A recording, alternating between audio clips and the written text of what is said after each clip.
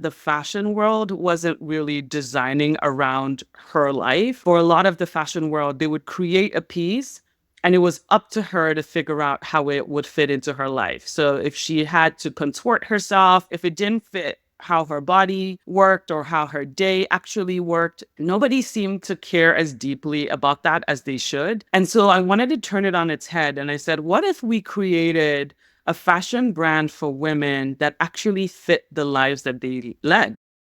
Explore the minds and marketing strategies behind today's winning brands and businesses.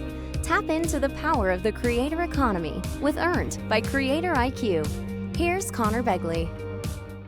Hi, everyone. Welcome to the show. Today, I've got the amazing Ukonwa on the show. Welcome to the show, Ukonwa.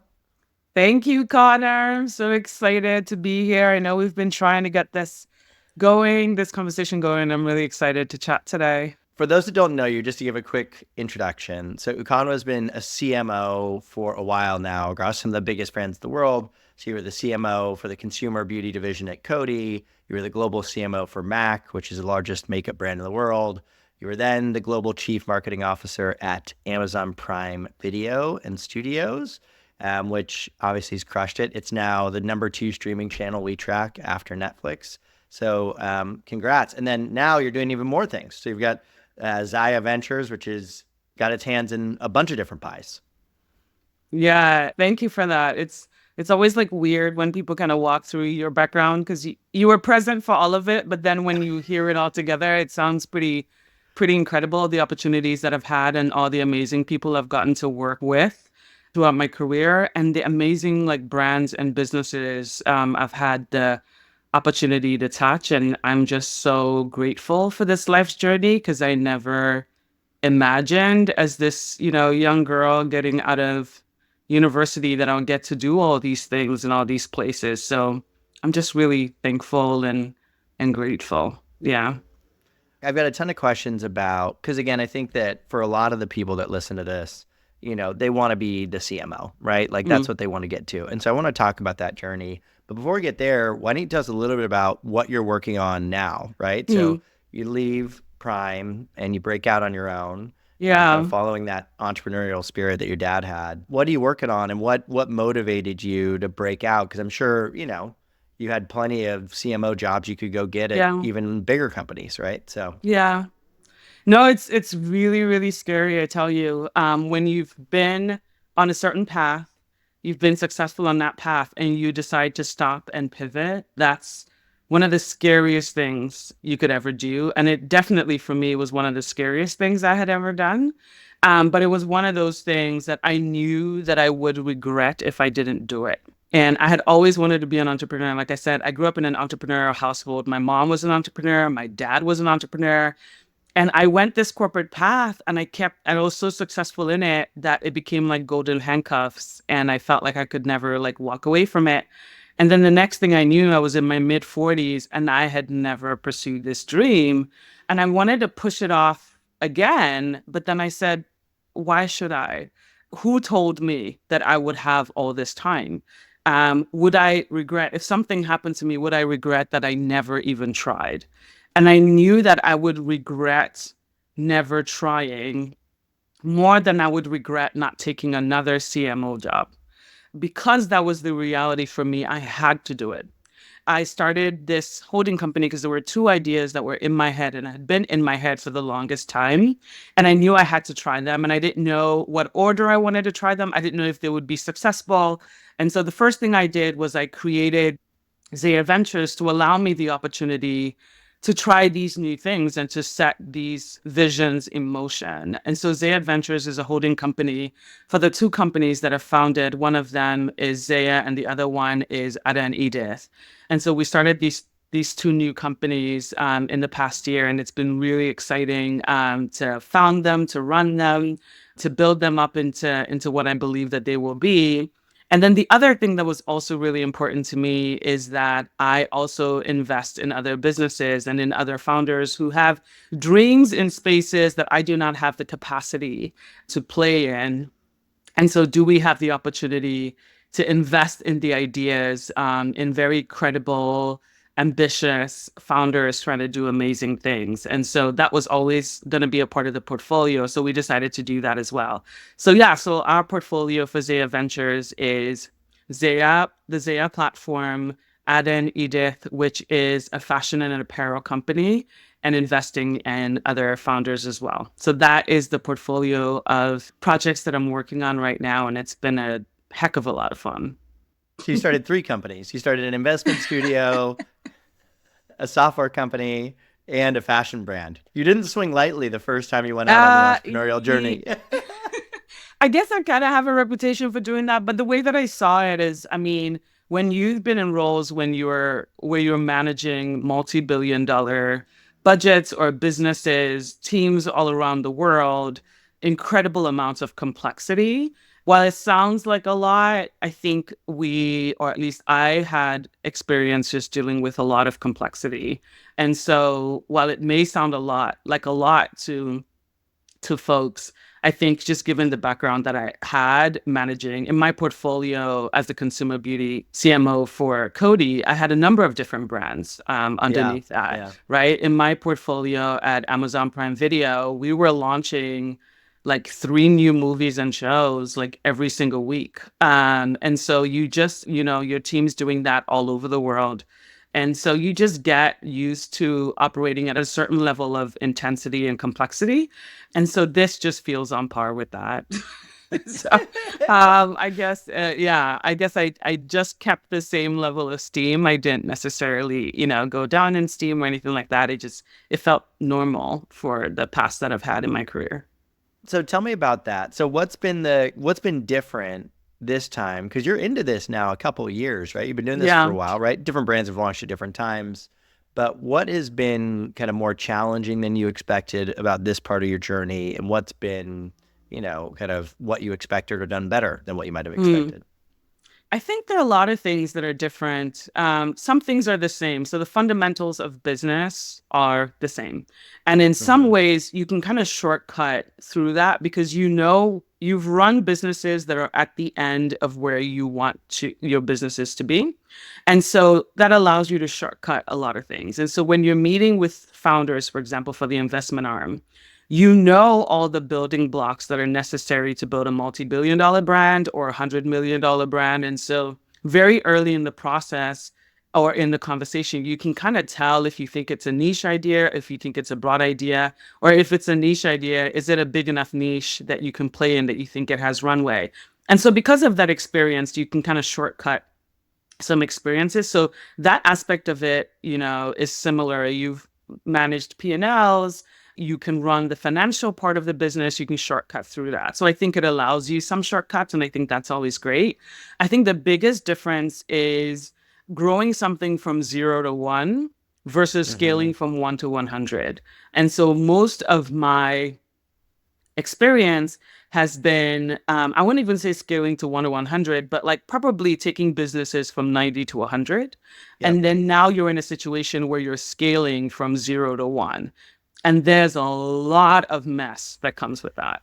And it Yeah. takes a lot of humility to go from running 90 to 100 to go down to building from 0 to 1. And so very early in the process, I just realized that I had to take my ego, whatever ego I had, and I told my friends every day I take it, I put it on a plate and I cut it up and I eat it. So I'm like, like that's literally what you have to do to be able to go from 0 to 1. Like you're like, you know what? We got to do what we got to do. And so that for me was the biggest change, is just rolling up your sleeves literally and working with the team to build from 0 to 1 and doing it in a way that has integrity, that it can scale to the 90 to 100 where you've played in the past, because you know what the end looks like and you know what needs to happen in the beginning so that you can end up there. And so, yes, it's really messy to build it in the beginning, but you do have some shortcuts that allow you to focus on the right things that you believe will help take you there. So that's probably what I would say has been the hardest part. And then the other part that I really love is you get to, as an entrepreneur, I get to design my life around the things that I care about the most. And so while it's incredibly hard and I'm working just as hard or harder in some cases than I did before. It feels different, one, because I'm working within the purpose of my life. Like I believe that I'm doing things that are not only meaningful for me professionally, but they're meaningful for me for the entirety of my life. Like these are things that when all is said and done, I'm going to be so glad that I poured into these. And so for me, Mm-hmm. that's really important.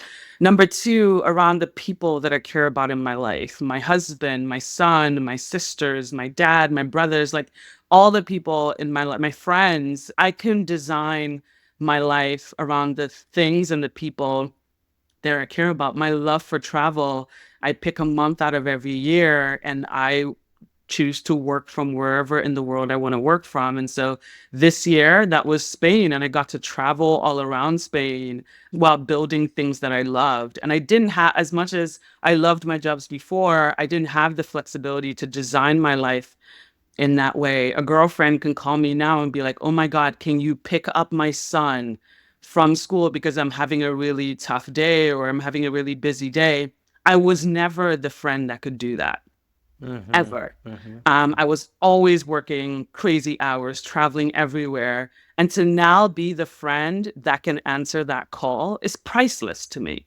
And so, because it's my business, I can say, I got you. Like, you do whatever you're doing. I'll move my meetings, I'll do whatever, and I'll pick up, your son, or I'll pick up your daughter, or I can take them to the appointment. And to be that friend for the first time in my adult life is priceless to me.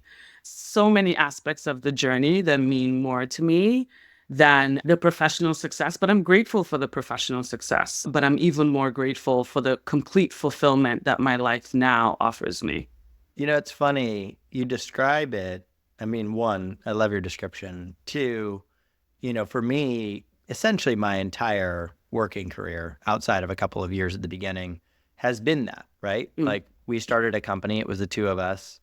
And so we got to design it around the way that we wanted to live our lives. Like we're never going to work on the weekends, right? That kind mm, of thing. We're always going to put family first.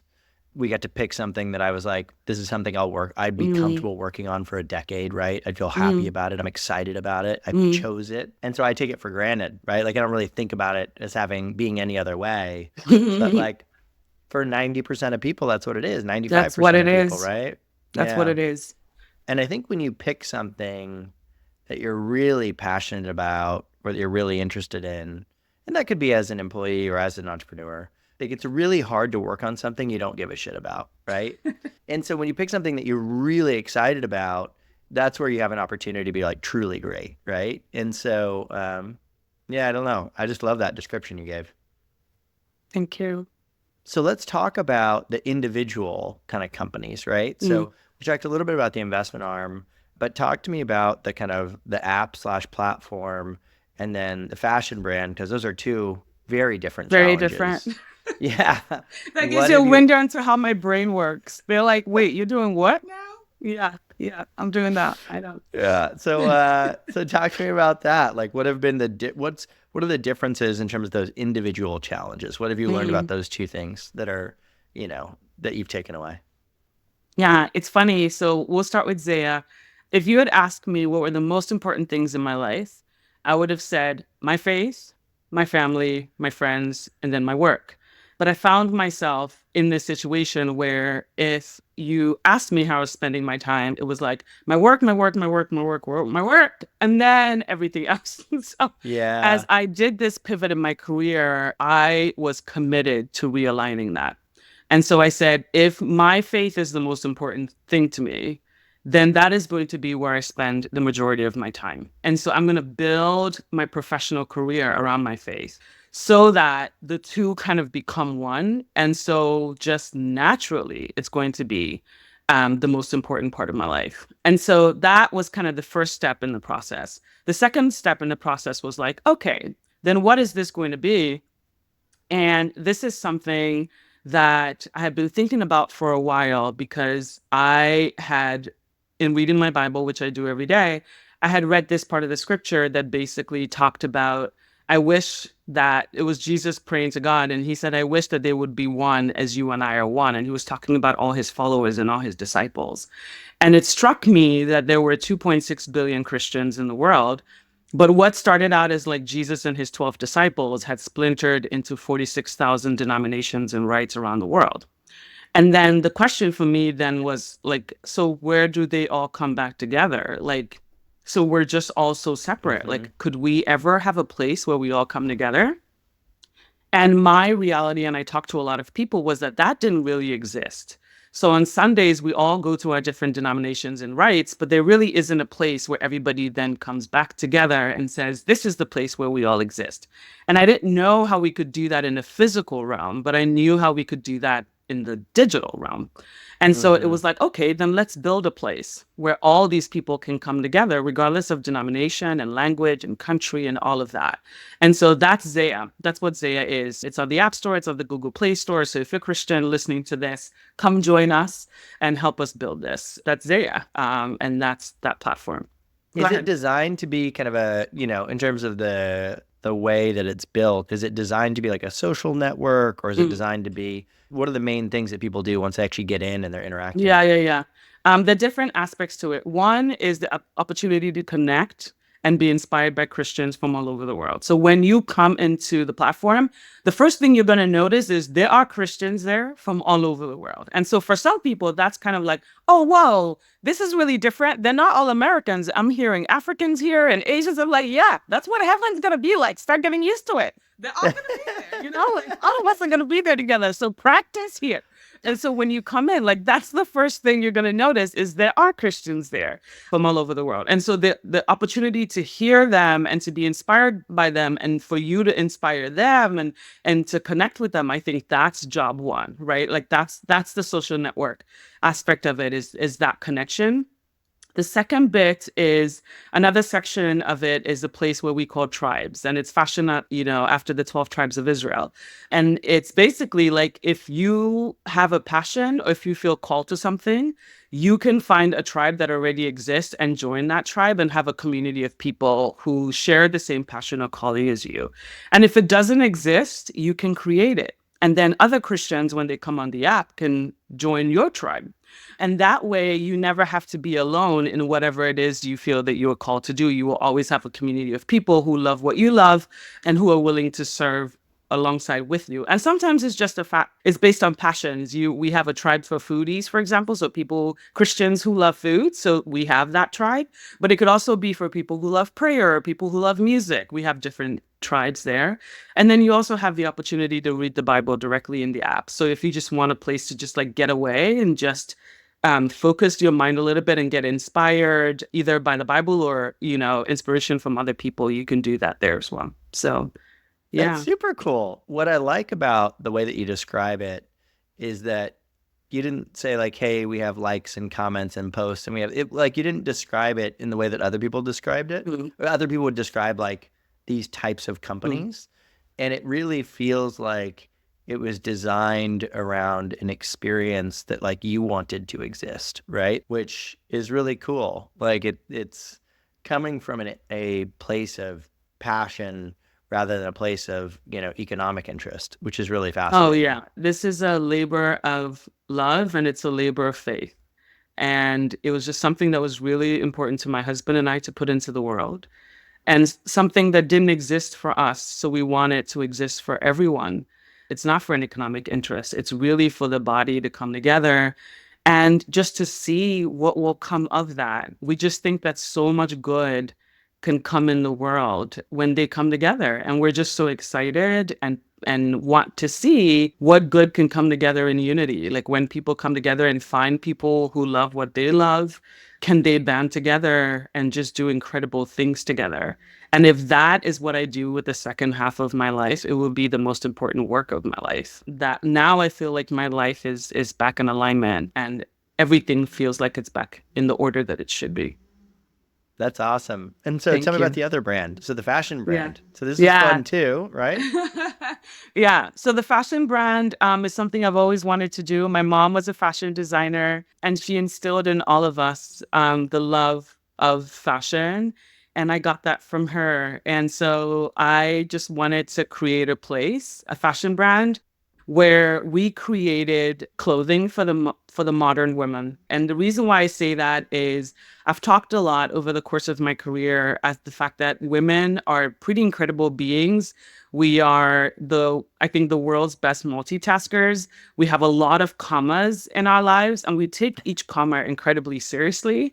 So we're a lot of times working really hard, but then a lot of times we also are taking care of kids and friends and spouses and communities. I mean, a lot of times we're the glue that kind of brings a lot of different pieces together. And I just felt that the fashion world wasn't really designing around her life. I felt that for a lot of the fashion world, they would create a piece and it was up to her to figure out how it would fit into her life. So if she had to contort herself, wear a girdle or a corset or whatever to fit. If it didn't fit how her body worked or how her day actually worked, nobody seemed to care as deeply about that as they should. And so I wanted to turn it on its head. And I said, what if we created a fashion brand for women that actually fit the lives that they led? So Mm-hmm. knowing that she may have drop off, then she may go to work, and then after work, she may have an evening event. Do we have clothing that can travel through her day with her? Knowing that because of her hormones, she can fluctuate 5 to 10 pounds in any given day and any given month. So Oh, every wow. woman, you come into her closet and they're like, these are my skinny clothes, these are my fat clothes, and these are the clothes I'm wearing right now. And we said, well, what if we simplified that so that we only have 3 sizes and we design the clothes so that if you gain or lose 10 pounds, you can still wear the same clothes. Like simple, but like doesn't really exist actually in the world today. And so those are the kinds of things that we designed around. We designed our clothes so that most of them don't have any closures because I've been that woman in the hotel room that's had traveling for work and I've had to call the front desk to come help me zip my dress up. And I've done that Oh, wow. multiple times. And so a lot of our clothes, they have closures in the front or they're very easy for you to close or they have no closures at all. So that you can get in and out of them if you need to without the help of another human being, because it's a very private thing to have your dress half closed up and you have to get, if your husband or your friends are not there, you have to get a complete stranger to help you get in it. And so, yeah, we designed all these clothes starting with her and then design around that. And so that is a fashion line that I don't believe exists in the world. And so we're building that and we're spreading the word about that. And yeah, that's my second baby. I love it. I met this, God, I can't remember the brand. They're doing really well. It's a shoe brand, specifically around athletic shoes. And their insight was that, women's feet are actually shaped differently than men's feet. Mm, They're like different mm, proportions. But like women's shoes are just men's shoes, but smaller, right? Like it's like not designed around a woman's foot. And so that yeah. makes it so they're quite uncomfortable. And so I just love, like, I was like, oh, wow, I never knew that. Same thing. Mm, I would have never known in my entire life that when you're on a business trip, you had to call the front desk to zip yeah. you up. That is like a super stressful experience. Like, Yeah. and you're confident enough to do that, but there are other people that are not, right? Or Yeah. would feel very uncomfortable doing that. I love when you figure out these kind of market insights or like people insights Mm, and you go, I can solve that problem, I can right? solve Like that. that's so cool. I love that. Well, let's take a step back. So that's where you're at today. That's But where I am obviously today. you built your career in marketing, right? And marketing around, some of the biggest brands in the world, which I think, a lot of the people that listen to this, that's the world that they're going to come from. So I'm curious for you, when you look back at that period in life, right? That period of time where you kind of rose up the ranks of these different, of the kind of marketing ecosystem.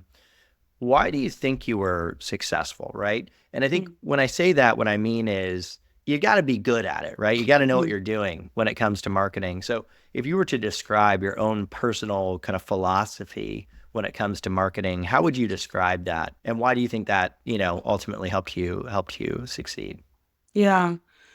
It's interesting. I gave the commencement address at my alma mater at UNC Chapel Hill, and one of the things that I talked to people about was the most important thing that you can do for your career is to find something that you think you have, that you love enough, and you believe, if you're completely honest with yourself, you have a legitimate shot at being the best in the world at.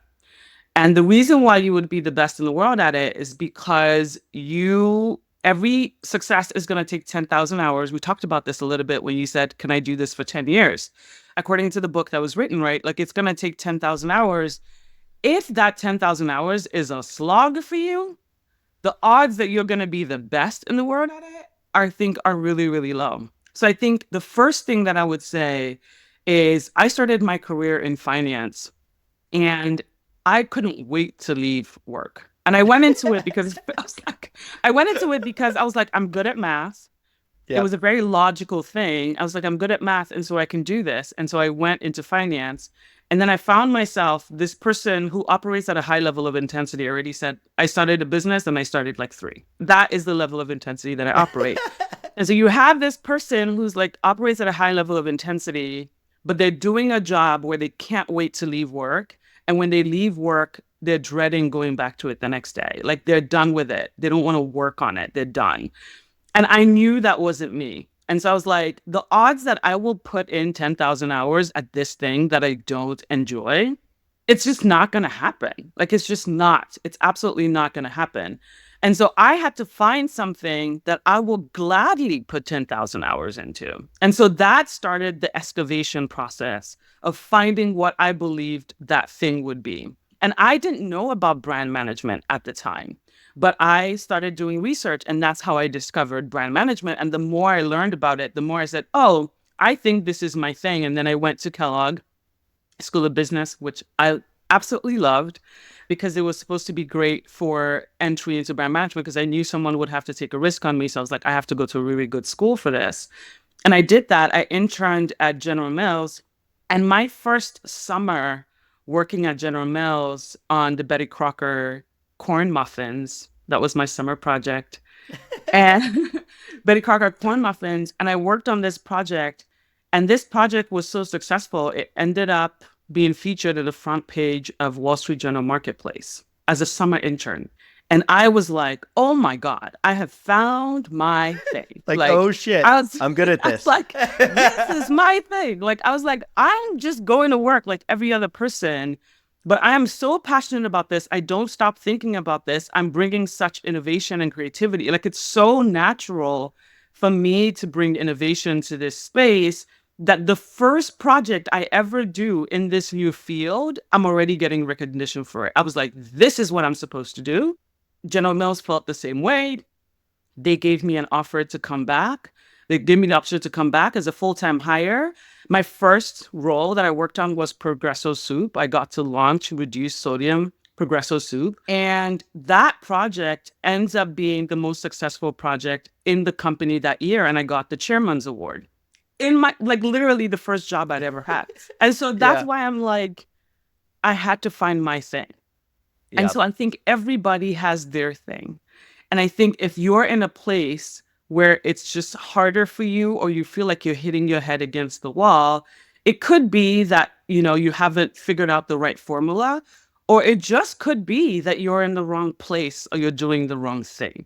And I think for me, if I compare my career in finance to my career in marketing, I got signs very, very early, first internship, first role, that I was in the right space and I was in a flow. And as soon as I plugged into that flow, you couldn't outwork me because I was always working. I love this stuff. Like, I literally am like watching things for fun. And then the ads will come up and be like, I wouldn't do that. I would change this. I would do that. I would do that. I would go to the store and I'd be like, I wonder why they put this packaging that way. I actually would do this and that. I wonder if I talk to my packaging person. Like, I never stopped. And I think in that situation, it's harder then to compete with someone that, like, this is their whole life and they love this so much. Is the same way they talk about, Steph Curry with his threes. Like, he puts so many hours into it. And so it's so natural. Like, he's in a flow, right? So I think it's like you just kind of find your thing. And when you find your thing, it's so easy for you to put in the 10,000 hours versus other people. And so that I believe is probably the most important thing, because I don't believe that there's anything that you love that you're willing to do that you can't be the best at it. If you really think you have a legitimate shot at being the best in the world at something and you do it, you will be successful. Like if you clean up trash better than anybody else in the world, you will be successful. Like Marie Kondo, like made an entire brand out of organizing people. Like if you organize things better than anybody else in the world, you will be successful. If you make movies that are more entertaining than anybody else in the world, you will be incredibly successful. So I'm like, find the thing that you think you have a legitimate shot at being the best in the world at, and then do that with all your heart, mind, and strength. And I believe you'll be successful at that. Well, it just becomes so motivating, right? Like I felt that early on with our company. I was like, oh shit, like I get this more Mm. than anybody else. Mm. Like I could be the best person in the world at this, or one of the best, to your point. Especially when you start to see that you are, and you start to get like either recognition or just internally you start to identify it. Then it's like off to the races, right? Then it's Mm-hmm. not work. And to your point, like my team, like, I'm shooting off emails at 3 a.m., 2 a.m., like holidays, weekends. I have to stop because I don't want them to freak out, because it's not work. Because that's what I'm just thinking about in the background. Like when I'm not doing something else, that's what's going on. And it's That's because you what's enjoy going on. it. Not Yeah. not because of the money, not because of No. the recognition. Like, yeah, I think it's fantastic advice. Really, really, really good advice. Thank you. Obviously, we're in this world of influencers and social media, and I would be an idiot if I didn't ask you about it, because, you got to see that, right? Like Mm. when you started in brand management, the internet was a thing, but social media wasn't anything like Mm-mm. what it is No. today. And obviously, Mac was like the number one brand in the world we tracked in influencers and makeup. Amazon Prime Video is number 2 in its category. So you've seen what like really, really, really good looks like. Talk to me about your journey, seeing this whole social media influencer thing kind of rise. And then from your perspective, what does good look like there, right? What does it mean? Like, what's the approach of these brands that have become the best in the world when it comes to working with, influencers and social media?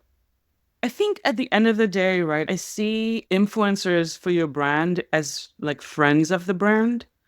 And it almost just gives you a structure and an infrastructure around friends of the brand. Because as a customer, you can tell when an influencer is doing something that they don't actually really care about.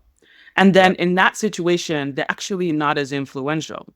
So if you look at the influencer just for the number of followers they have, that's not helpful, because part of them following that influencer, they know everything about this person. They know the intonations in their voice when they really care about something, and they know when they're just doing a paid gig. It's very, very clear to them because they've spent a lot of hours with this person, following them over a really long time. And so I think that when especially for big brands that were making the transition in the beginning, they almost saw influencers as just another media channel. We're advertising on TV, we're advertising on radio, and then now we're just going to advertise using influencers. Like, I think that's really for a lot of big brands, that's how it started. And so you were seeing a lot of paid engagements, and you wanted to make sure that you had the KPI. They were looking at it like it was a media channel, like everything else.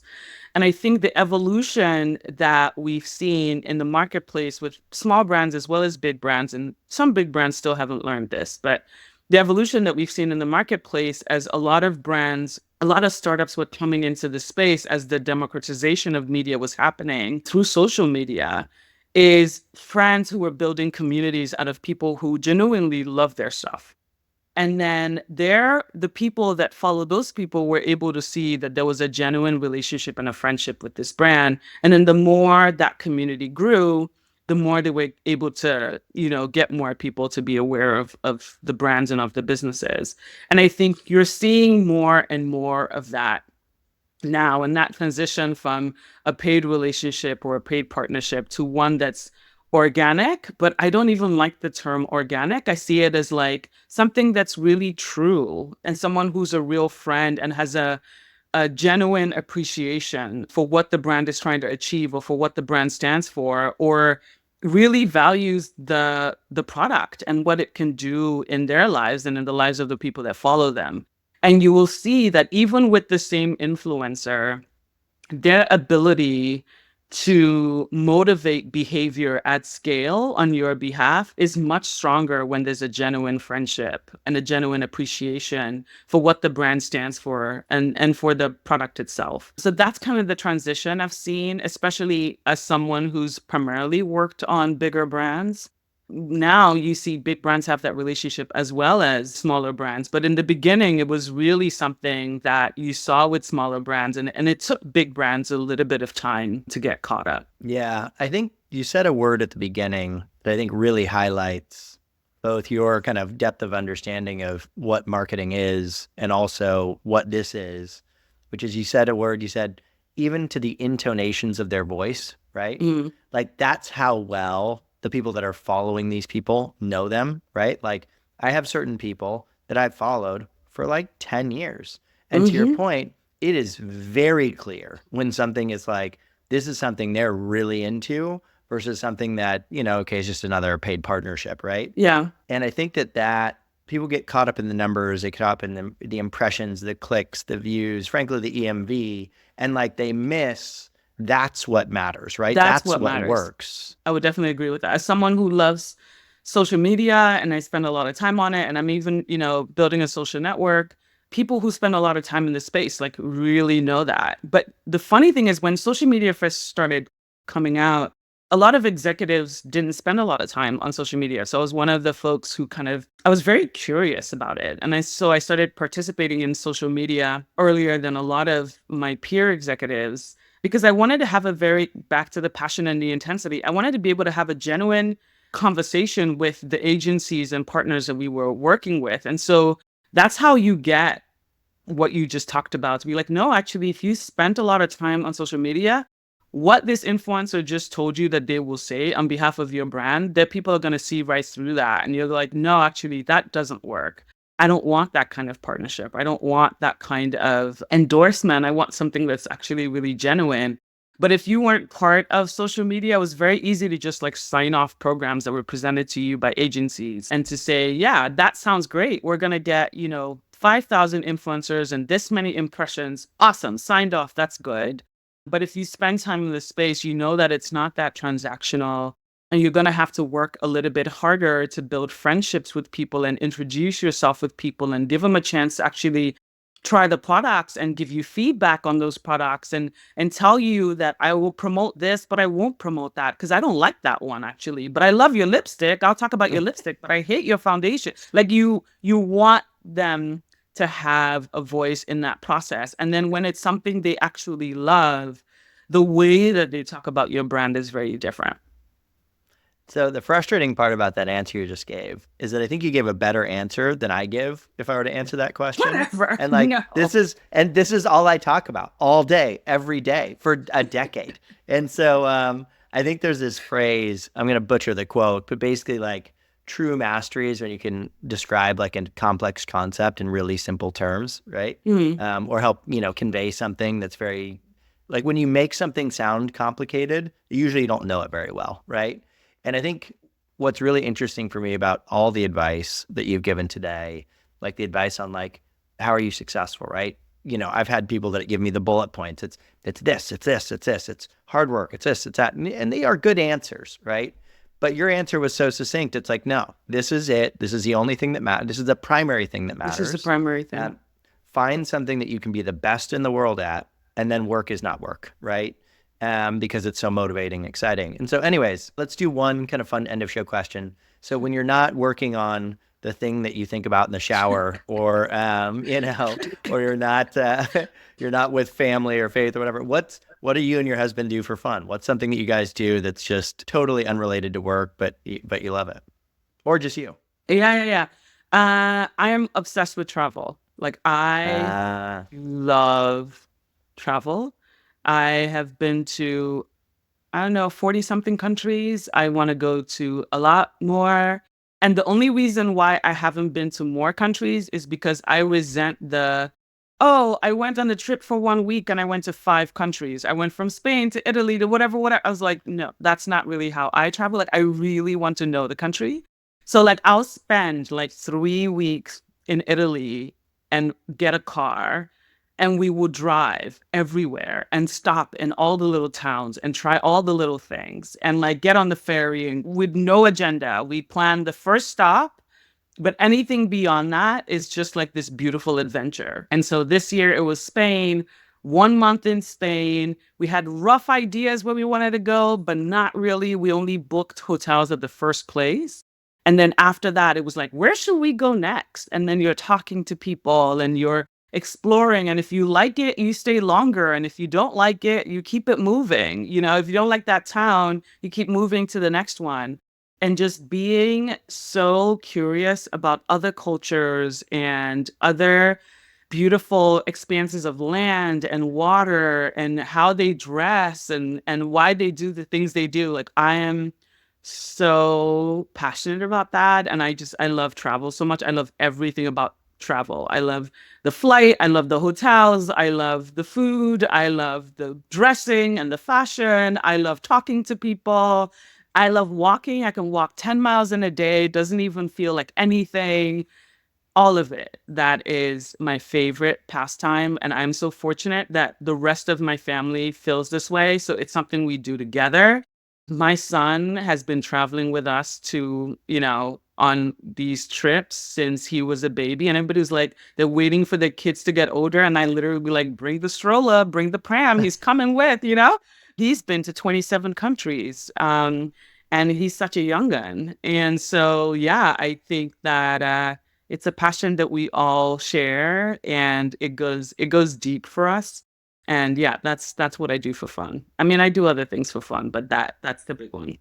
I love the, like I could never, I don't know how I'm ever going to talk my wife into it. She's so structured and planned, but like the idea of like getting somewhere, I mean, like we have our first stop booked, everything else from there is like It's totally up for open. grabs, right? Yeah. But we just did a similar thing. We were in Italy for 3 weeks, 3.5 weeks, Mm. and we've got a 2-year-old, a 4-year-old, and a 6-year-old. So we've got a Ooh, cram, right? nice. Yeah. So we've got the full group.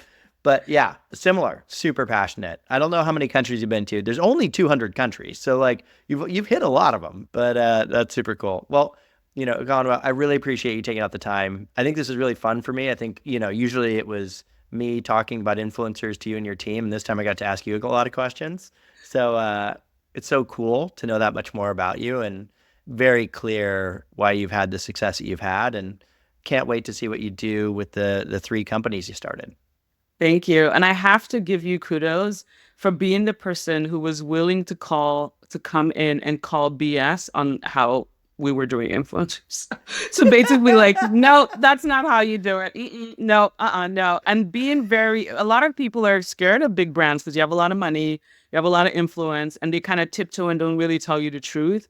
And that was never you. I feel like from the very first conversation I had with you, you were literally like, yeah, I don't think you guys are doing it right. I think you should be doing A, B, and C. And I was like, oh, I like this guy. Like, I was like, I like this guy. He just comes in and tells you like it is, and you can listen to it or not. But he's like gonna keep it moving. And I remember that so clearly about you, and I appreciate that so much because it really fundamentally changed how we looked at it. And I don't know that I've been the same marketer since or had the same appreciation for how to go about doing it. And so we did listen to you, we did pivot, and we saw a lot of positive results from it. And I've now worked with you, I think, in every role that I've had, right? Because we worked together at CoverGirl. Then I went to Mac and I was like, Conor, you got to come talk to my Mac team because like I want you to talk to them about how we should be doing this. And then I went to Prime Video. I was like, Conor, I'm calling you again. You got to come tell the truth. Come tell my Prime Video team like where it's at. And then now they're the number 2 behind Netflix. Like I appreciate you so much, and I'm so grateful. So thank you. Uh, Thanks. I appreciate it. I think the thing I learned, similar to I think what you've learned, is like just be the best in the world, right? and like know it better than everybody else. And that's a good strategy. I will tell you, there are some times where people don't like that, where they go, I just want you to tell me that I should do what I'm already doing. But most of the time people listen. Most of the time people listen. All right. I'll talk to you soon. Bye, Kama. Bye. Thank you for having me. Be a friend, tell a friend, and subscribe. Earned by CreatorIQ. CreatorIQ is your all-in-one solution to grow, manage, scale, and measure your influencer marketing program. Ready to unlock the power of the creator economy? Get started with a demo today at CreatorIQ.com.